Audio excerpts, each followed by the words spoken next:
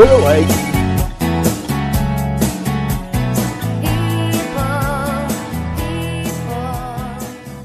Hi, I'm Frank Warwick from Frank Warwick Baits, and I'm at the Bluebell complex and near Peterborough, and I'm fishing the Mallard Lake, which is the runs water of the particular waters on this place.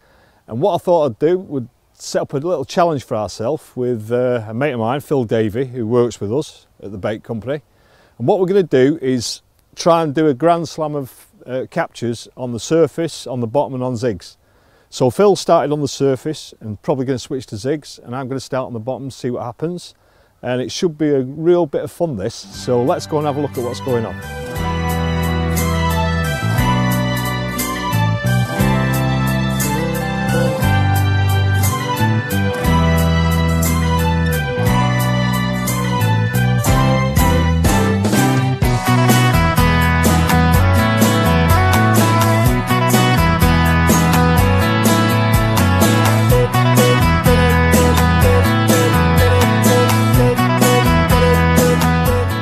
I'm Phil, and my part of the challenge is to catch fish on and just below the surface. To achieve this, I'll be using zigs and, in my opinion, the ultimate floater fishing method, which I'll show you now. This is the rig. It's basically a very, very strong setup that keeps all the line out of the water, enabling you to fish for the carp in a very stealthy manner, but with really, really heavy tackle. It incorporates a very large 10-inch sea float, a 3-ounce lead, and what this is actually a parachute. It's made from the bottom of a syringe, and as you can see, it's got a bent piece of tubing on here, which, when the line's slack, can run freely up the line. When the line tightens, it fixes in position. The hook link material, which may seem strange to you, is a 30-pound coated hook link with a trimmed down standard boilie bottom bait in a size 6 Solar 101 hook, which is, you know, a very, very strong hook, very sharp, but something you can get away with on this method. This method is fantastic for fishing in weed because I've got all the strength that I need. This is actually a 30-pound main line. It's got all the strength I need to pull the fish out of the weed without sacrificing anything on breaking strains, which would, you know, generally be used in a standard floater fishing setup. I think the best way for me to show you how it works is to cast it out, and you can have a view of exactly how it sits in the water. Right, there's a couple of key things you need to know before casting this rig out. The first thing is the position of the parachute above the float. Now, if I was fishing at really long range, I'd actually have the parachute quite close to the float, as it will separate far enough in flight to be fishing effectively. If I was fishing close, I might have it 6 foot away. I definitely wouldn't go any further away than that, as the parachute will just hover at the rod tip. Generally, for the range I'm fishing now, at about 40 yards, I'll probably have it about, you know, 2 or 3 foot away. The other important thing, as you can see there, it's begun to tangle, is before you cast it, just set it spinning. And then you can keep it spinning before you cast it out.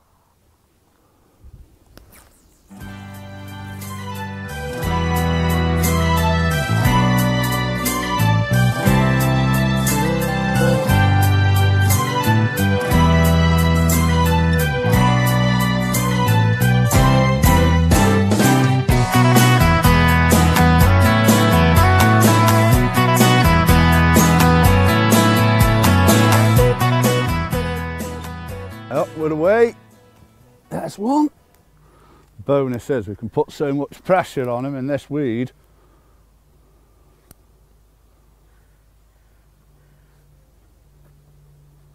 He's coming now because we've got the strong tackle, and there's a fish. He's up on the surface now and we're playing him. This is where this rig's a massive edge over normal floater fishing tactics, because I'm basically fishing a 30-pound hook link, a 30-pound line. with a big strong sharp hook on, sexy solely 101, which won't bend.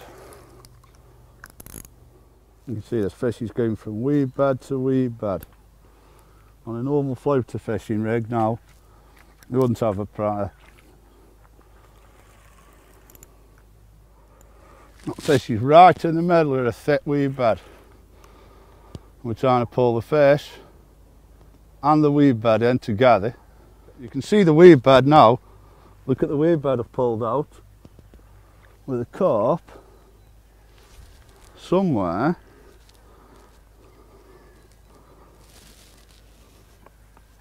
in that weed bed. Almost fully scaled. When you? There he is. Well hooked. Corner of the mouth. There we go. About an inch back. And as you can see, the size of the hook and the strength of the hook link. Fish are about, I don't know, 12 pound. Who cares when they look like that?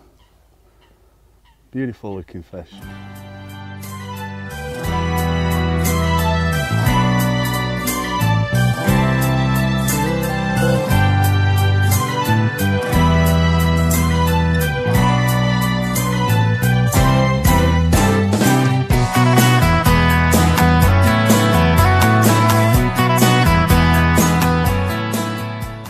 Right, so I'm in my swim on Mallard. I've never fished this place before, strangely enough. I've fished all the other waters on the complex, which have got the bigger fish in, which is more my bag really, to be honest.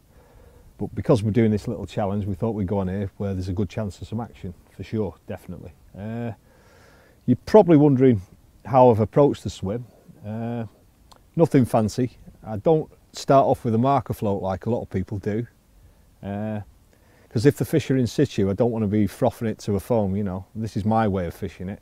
Some people always want to know exactly every depth and every contour of what's out there. I'm not so fussy about that. There was a few fish showing this morning, so I thought I'd just slip 2 rods in with PVA bags on. One's got a dark fish meal on it with the bag, and the other one's got a fluoro bait on, which is like a dull yellow. It's a pH special. And on the other rod, I've just used the chod rig because there's quite a lot of weed, and I thought I'd feel it down and see how that performed against the bags. If you want to know what gear I'm using, because I'm using bags, I'm using shock leaders. I'm using nylon, 30 pound, and I do use fluorocarbon leaders quite a lot. And I'm using quite heavy leads. I've got 5-ounce leads on because that's my bag. I normally use heavier leads because they're more efficient for pricking fish. I've found that over the years. I'm using the Century C2s, which is their new rod in their range. Beautiful things as well. They're the best rod I've ever come across as a compromise between a casting rod and a playing rod, to be fair. You know, there are rods in their range that will cast further, but these just seem the perfect compromise for all my general fishing. I'm using the Shimano Technium reels, the brand new ones with the bait runner on the front. The 12,000s, XTBs. You're probably looking at the indicators and thinking, what are those? You know, they're quite unusual. A lot of people use just hangers on small chains, and I think, with all due respect, they're crap. You might as well just put your wife's earrings on there, because you're not getting any kind of indication with drop backs, or, you know, when you're getting fiddly takes. These, because they're spring loaded on a wire, they're made by Defiant MPS, by the way. A guy called Keith Fielding, who does bespoke indicators, and they're not very expensive because he makes them all himself. But when you get a drop back, because it's spring loaded, they're actually showing it instantly, any kind of movement, and I prefer these. I've got different wires for different kinds of fishing. If I'm fishing on the continent at big ranges using a boat, I use the very heavy loaded ones, and they'll show me a drop back or any kind of movement instantly. I'm using Delkims. I'm really used to these, my favourite indicators. I fine tune them to whatever, you know, situation I find myself in, and as far as I'm concerned, they're the best for me. You probably notice I'm using the snag ears as well. I tend to leave them on all the time, and so I don't have to mess around putting them on if I'm snag fishing or whatever and unscrewing everything. I just have them on constantly, and that's it basically. Oh, the line, I'm using Ultima line in 14 pound, and it's the Pro Green, cracking casting line and dead durable, so I'm finding that quite nice. Very happy with it, and yeah, that's my setup. Okay, so we've talked about the rigs and what I'm using and everything, so let's get all 3 rods cracked out.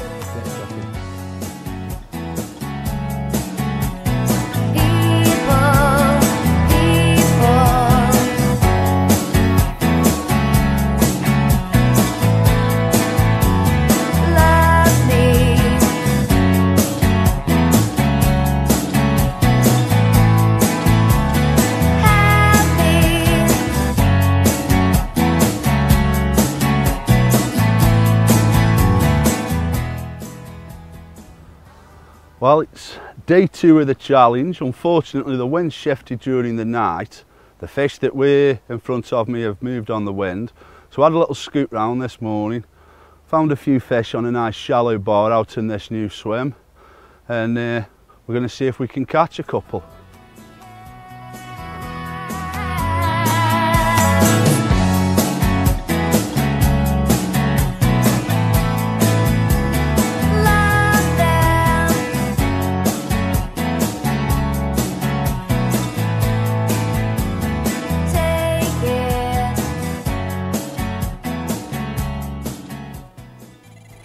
Wait, that didn't take long. And we're in. Just shows a move, the fish have moved, we've moved. Look, there's fish on top of the bar, probably only 3 foot under the surface. Probably about 60 or 70 yards out by the time I'd waded and cast. Don't feel a bad fish. Solid bag again. Frank Warwick baits, fruit juice wafted. One of the barrels that we do. Feels a nice fish. Nice, quite a bit of weed out here. Take his time, obviously, just using a small hook. It's a nice common carp. It's a good upper double. And incredibly fit in this place. The oxygen levels must be ridiculous because they just do not want to give up.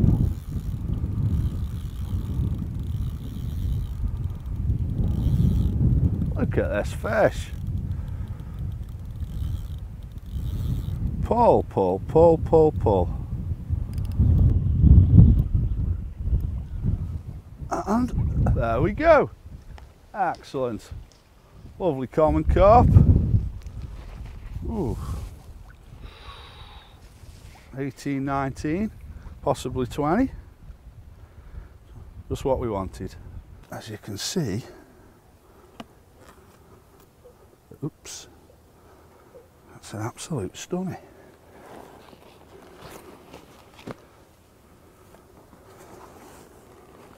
Let's check all his fins, the line flat against his body.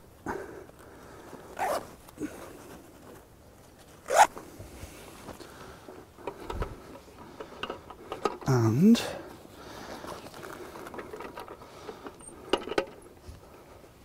we have 18 pounds.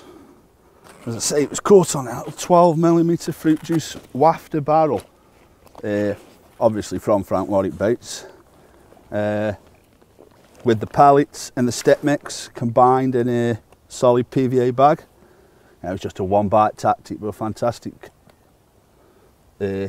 one bite tactic. And I'll just roll it over it, show you the best side. And there we go. A little dip. Absolutely stunning little fish. Not so little, 18 pound, fought really hard. Guys, I'm chuffed to bits with that. Fantastic. Thank you very much. Put it back.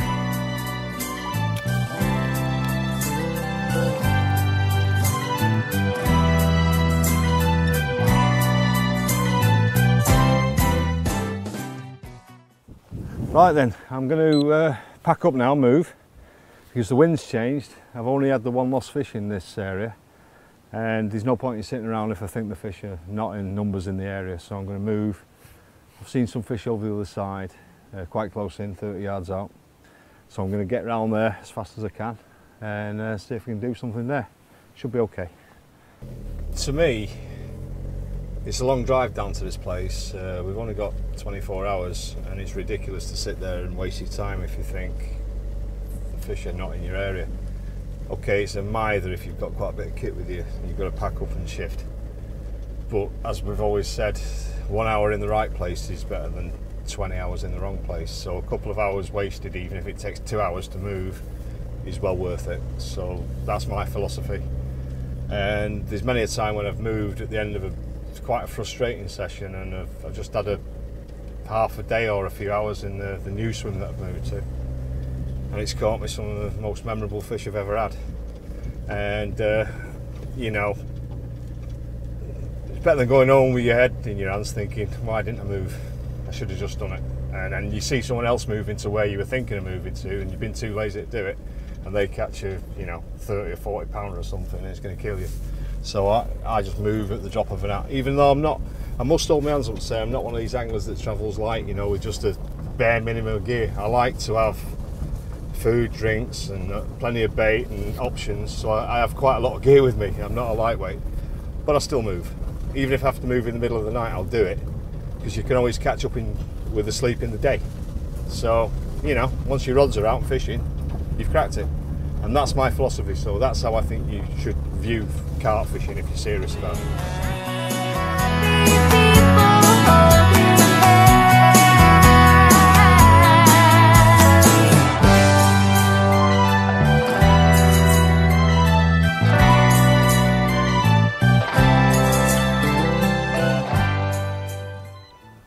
Oh, we're in there, yeah.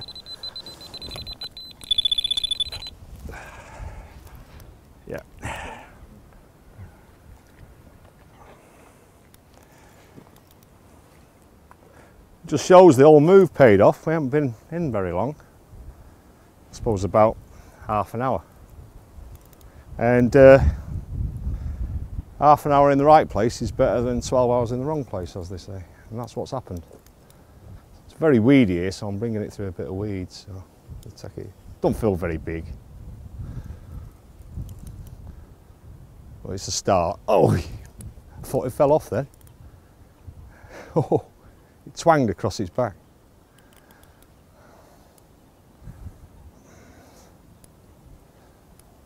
Oh, it's woke up a little bit now.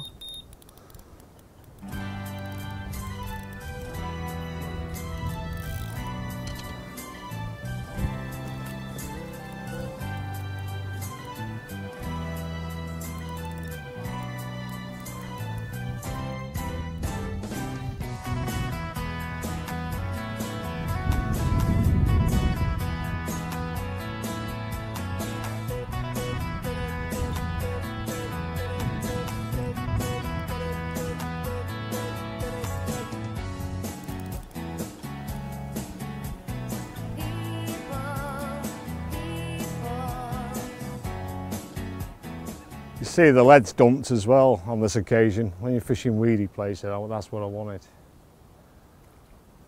Don't normally like it, but yeah. He's got ideas about things, this fish.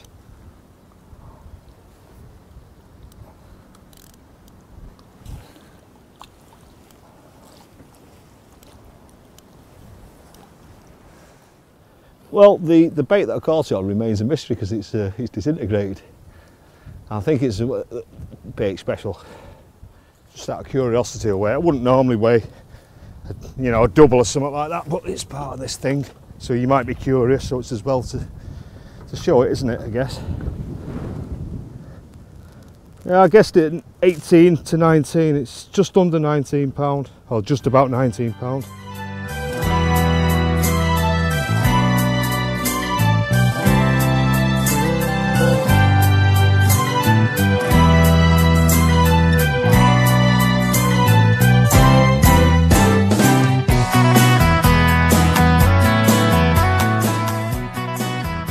just like run through the zig rig with you, what I'll be using today. Basically incorporates a size 10 hook and one of the new Frank Warwick Firefly zig baits, an extremely buoyant bait. It's predominantly black bait with a little flash of yellow to catch the eye. The depth of the water I'm fishing in this swim is 12 foot, so I've actually tied a 9-foot hook link.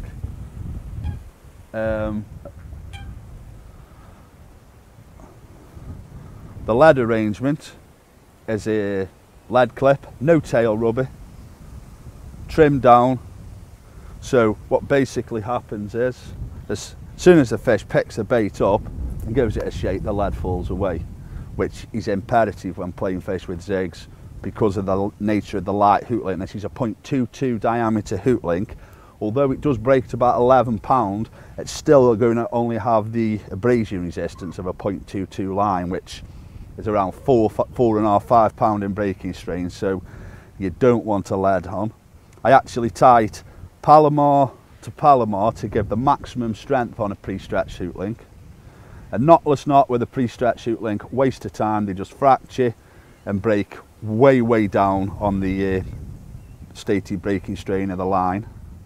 So by doing it Palomar to Palomar, you get the maximum strength. Then pass the tag back through, the tag end back through with a sleeve of silicone, tie a loop, put the bait on and push the silicone so as the bait is tight to the hook. Try and keep the bait tight to the hook. A lot of people will tell you to have it away from the hook. You'll hook more fish. Now you might hook more fish, I don't disagree with that, but I promise you, if you keep it tight to the hook so as this bait and the hook become one and the silhouette is one, you will get a lot more you'll get a lot more takes, a lot more takes, and that's the best tip I can give you. So I'm going to put that lead back on, cast it back out and see if we can catch one.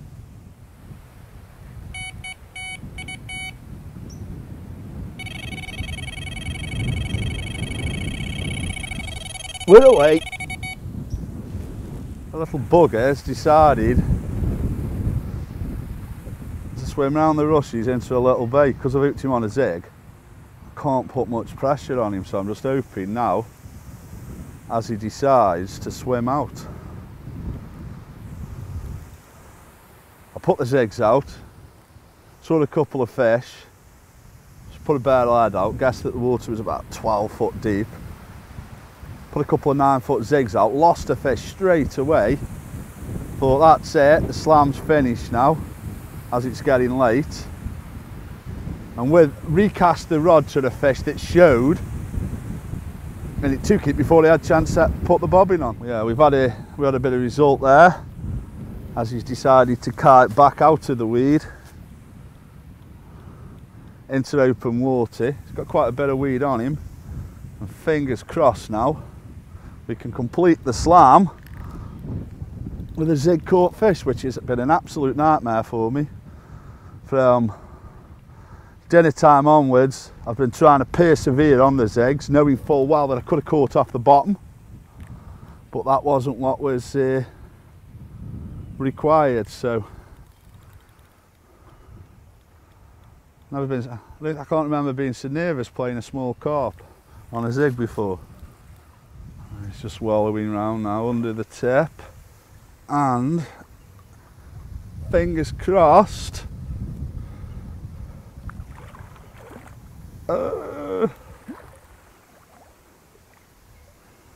he is difficult with a long link. Hours and job done.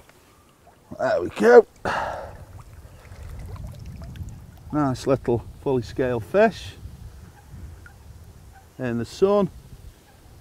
And he's very welcome, as he's completed the slam that we're after. Thank you very much, my friend. So you probably noticed that Phil's achieved the challenge.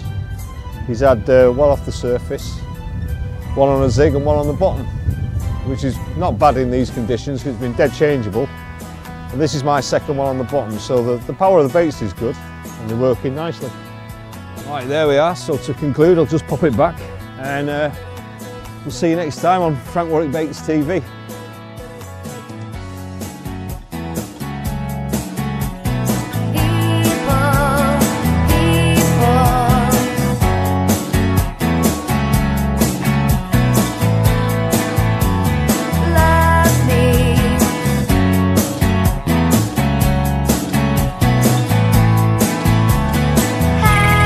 We're away.